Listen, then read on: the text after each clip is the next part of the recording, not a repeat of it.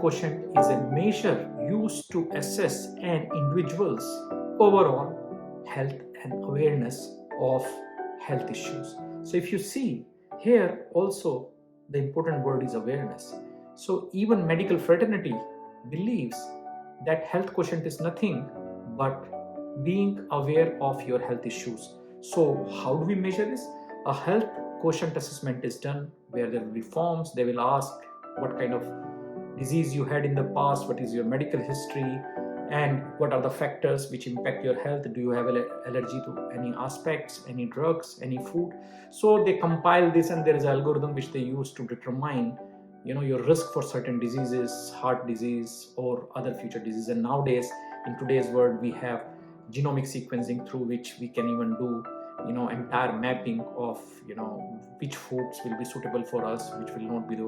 You can call this as a genome patri. There is something which is already known in India. One of the companies is running that, but here in US you can get your assessment and know which foods, which multivitamins you have not sufficient in supply in your body, and what foods you can do. This is again a very complex topic we will discuss later, but to just tell you, even the medical fraternity assigns the awareness for health quotient. It is very, very important that mentally we are happy, we don't have any depression, we are not stressed out, we are calm, we are happy, we are blissful, and also within our social circle, which encompasses the other Q, which we'll discuss later, which is emotional quotient, that we are happy not only in ourselves.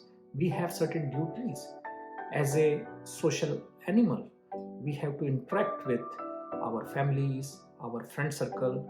All those aspects also account for social well-being, and social well-being is part of overall health. Now look at the health definition from an ancient Vedic science which is called Ayurveda. Ayurveda defines perfect health as a balance between body, mind, spirit, and social well-being.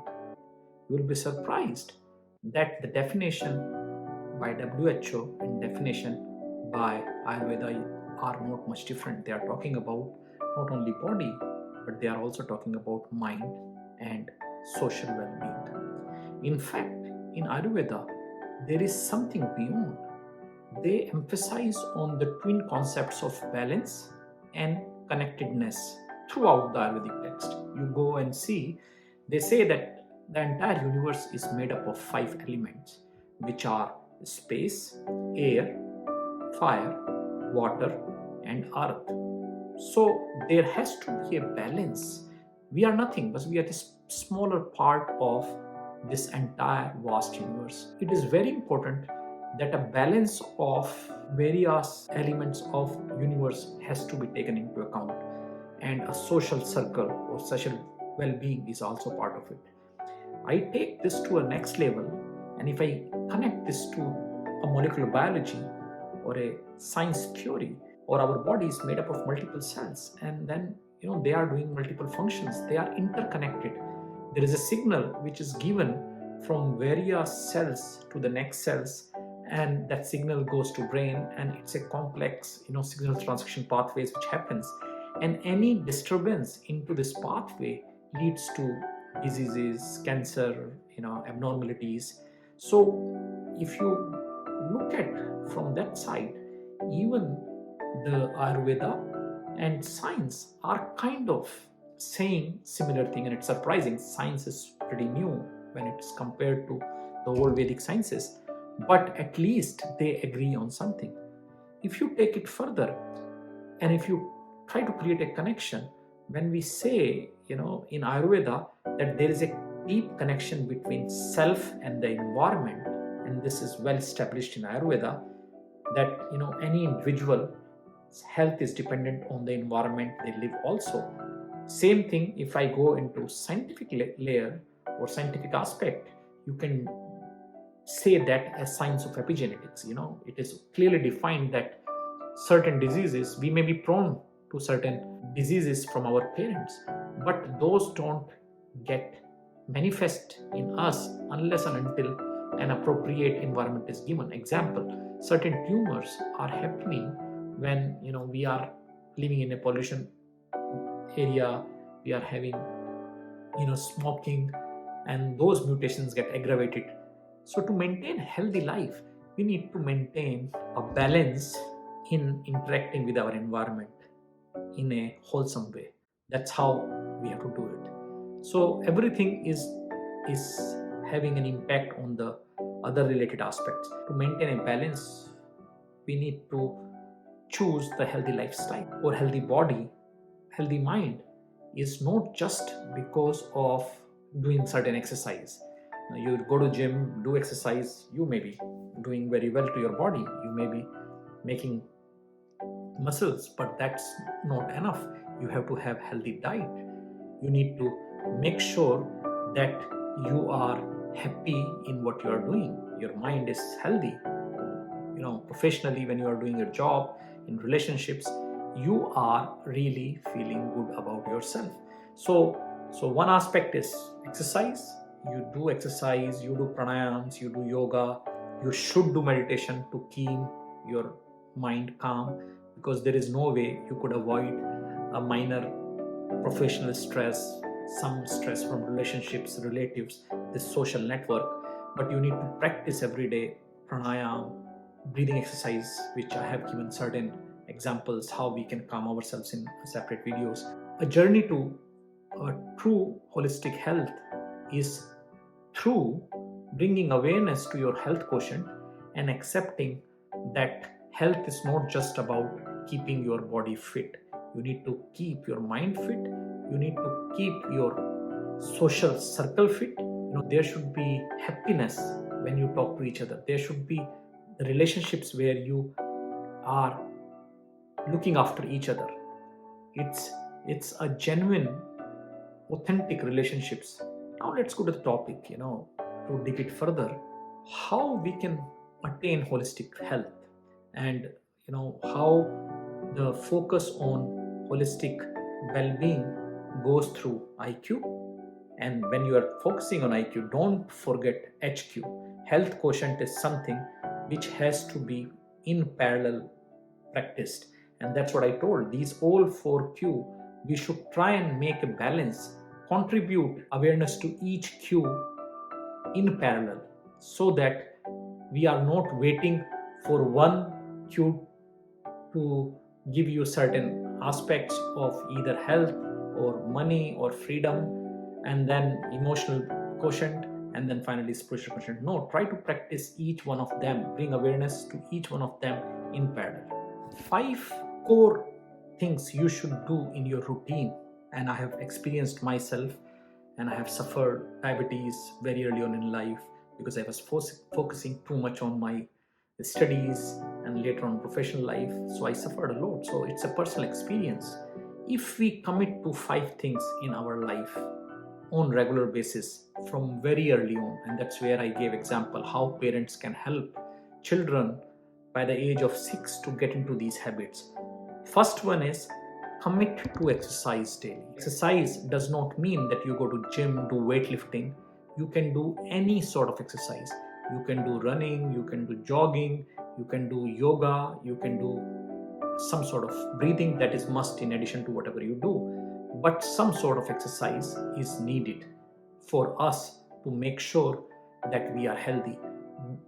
There are certain kind of hormones which get released when you exercise, when your breathing goes high, and then slowly when you calm down, you get into a state where kind of nothingness in your brain because you have worked so hard.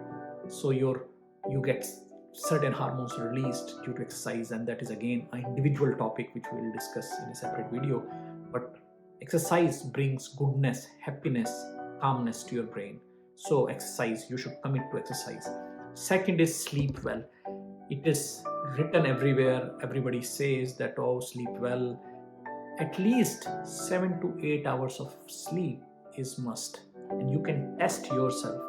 If for a continuous period of 3 to 4 days, you don't sleep enough, your productivity goes down. It is very, very obvious. the quality of the work you do goes down. So it does not mean that you still work. The amount of work you do and the quality of work you produce by sleeping less, not properly, it is always substandard. And at the same time, the prime reason for majority of metabolic disorders, including type 2 diabetes, is not having proper sleep. Third is about nutrition. This is the key.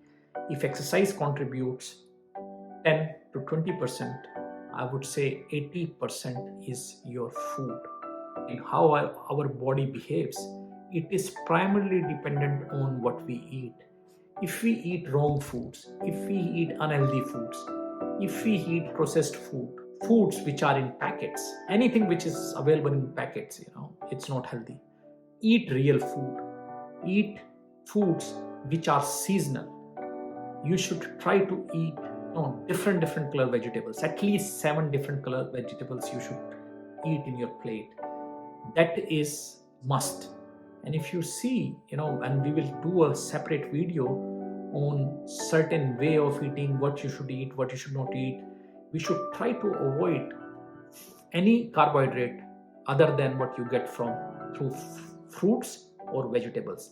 Any other carbohydrate, direct sugar, which is not coming from vegetables or from fruits, should be avoided. Some sort of grains is okay because they are needed, but in general, any sugar, carbohydrate outside of vegetables and fruit should be avoided. Now, as I have introduced you to healthy food, how you eat is very important. You'll be surprised to know most of the time, if you see, when we eat, either we are on our mobile phones, or we are watching TV, or we are talking to someone. Most of our meetings during lunch, even professional world, are on the lunch or coffee. So ideally we are eating or spending time with the food, but actually we are not eating mindfully. When I say mindfully is, you have to be aware when you eat. You have to be with the food. I think that is true for anything, and this is something which is very, very important. Be in the moment. Be present in the moment. It's not just about breathing. Living is not just about breathing. Living is being present. Living means that you are fully aware.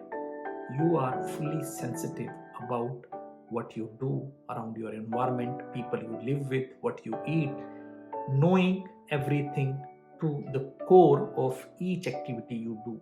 That is called awareness. So when we eat, we should not spend time with mobile. We should be eating it. While we do other activities while eating, we tend to overeat. We never chew our food properly. We don't even enjoy the food. It's like putting some junk on your mouth and then excrete it in next morning. That's what we are doing. And that's why most of the nutrition, most of the spiritual aspects which are related to food are missing. And again, you will say how these things are related. There have been practices in Buddhism, in India, in Hinduism, in a lot of cultures that food is something which has to be eaten quietly. You have to focus on the food.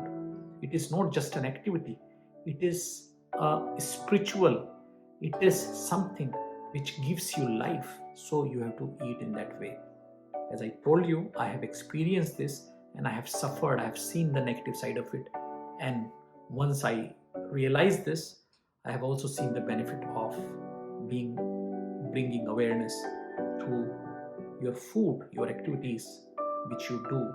Another thing which we all can do for holistic well-being or holistic health, or to bring awareness to our health quotient, is try and get some time from your daily routine. Whether you are a homemaker working in home, or you are working in an office, you are in a school, college, wherever, find time in between every half an hour or 1 hour. Go for few minutes.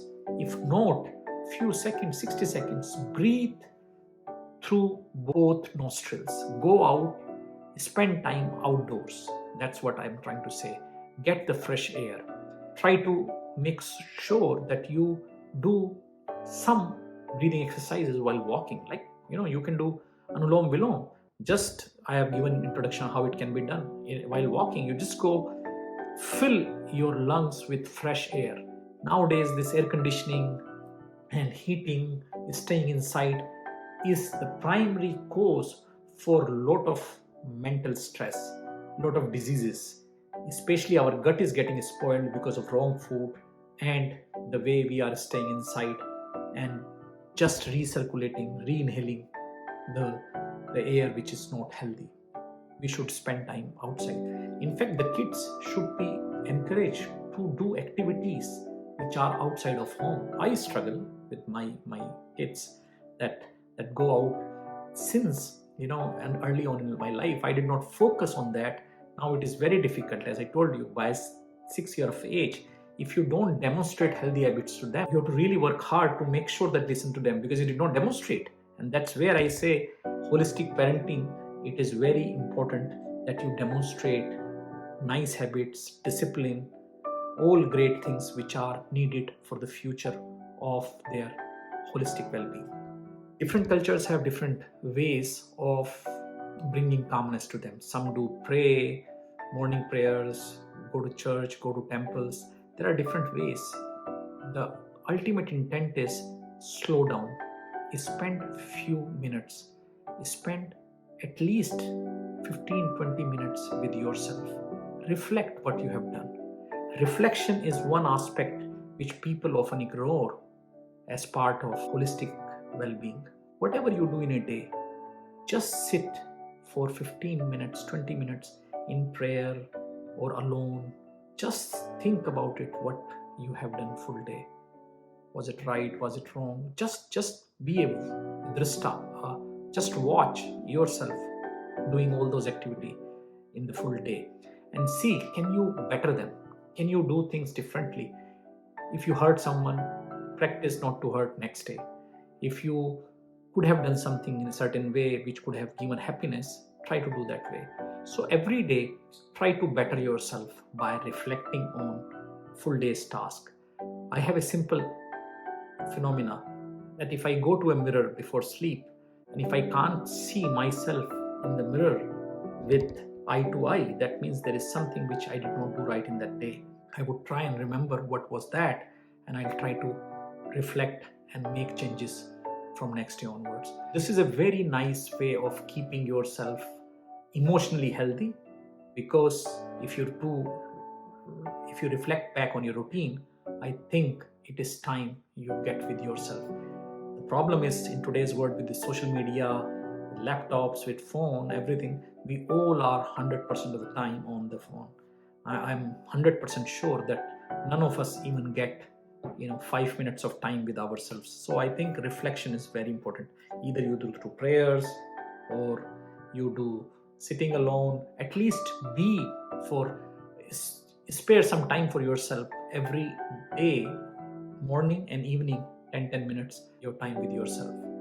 And also the other part is meditation. This is something you can say it is difficult, no one can do. Meditation is nothing. It is an extension of the reflection time you give it to yourself.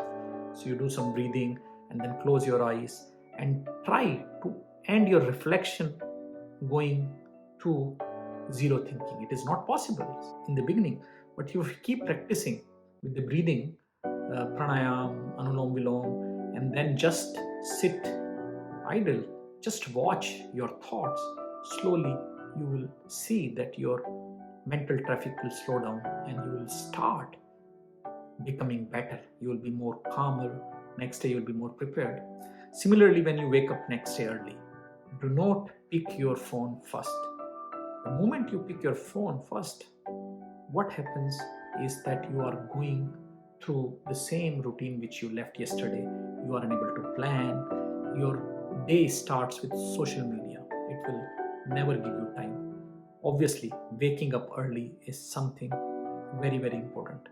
I still struggle because of my routine, and whenever I try to bring that into my routine, I have seen it brings a different kind of experience, and I am practicing it quite often.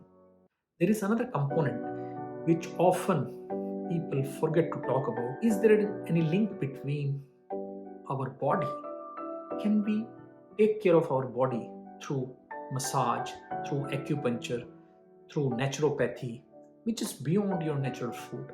I would say, like, you have, everyone be aware that we have cars. We take our cars for service. What do? We make sure that the car engine, suspension, everything is working great. We get the cleaning done. Similarly, our body does so many functions, so it requires time. So at least once in a month, we should do some massaging of our body. If we cannot go outside to a massage parlor, we should make sure we bring some Ayurvedic oils, plant oils, and do some massage ourselves, especially calf muscles, the areas which work the most, our shoulders, calf muscles. And then also there are very nice instruments, and I will do a small video for acupuncture therapy, which you can get from Amazon, and you can use them. I use them a lot and I feel really good. So taking care of body, massage, nutrition, taking right amount of healthy foods, and then if those foods are not giving your required multivitamins, multiminerals to your body, you should also focus on taking those extra supplements from plants, because that is also a key. So that is, again, I will discuss in a separate video what are those. But for the time being, combination of all these aspects will make sure that we remain healthy. Once we remain healthy, we are relaxed, we don't have stress in our body the way we have stress in our mind. Because of that, our body also, muscles and body, different parts also get stressed out. So massaging the oils, doing sort of acupuncture, acupressure, naturopathy, getting our gut cleared, doing fasting is another aspect, intermittent fasting. I think this is a very big topic. So how we eat, we should eat healthy food, nutritious food, plant-based food, most probably. Secondly, we should eat mindfully. Third is, we should make sure that we do regular fasting. Our body needs to clean itself. Our body keeps replicating. In science, there are so much damaged cells in the body which needs to be cleared out from the body, which needs to be recycled. The recycling can only happen when you are not putting any nutrition into body. The moment you put extra nutrition into the body, your body stops doing repairs. So a process called autophagy, a Nobel Prize was given, and now everybody is talking about autophagy in the world. They are discussing about keto, all these aspects, but it's a very nice concept. And I think, again, this is something which is built in many cultures, and fasting was always done. So I'll tell you in a separate video how to do that and what are the different fasting regimens you can follow for a healthy lifestyle. But overall, a combination of all these things are required for holistic health. In this video, I will stop here. If you like the content, please hit the subscribe button, provide your comments, because your comments are very, very important for us. And if you have any other topic in mind, feel free to put in the comments and we'll try to create videos on that topic. This topic of holistic well-being is very complex, and we have seen through our 4 Qs that we have to break it down in smaller pieces so that you understand it better and start practicing in your life. Thank you very much. Namaste. See you in the next video. Bye.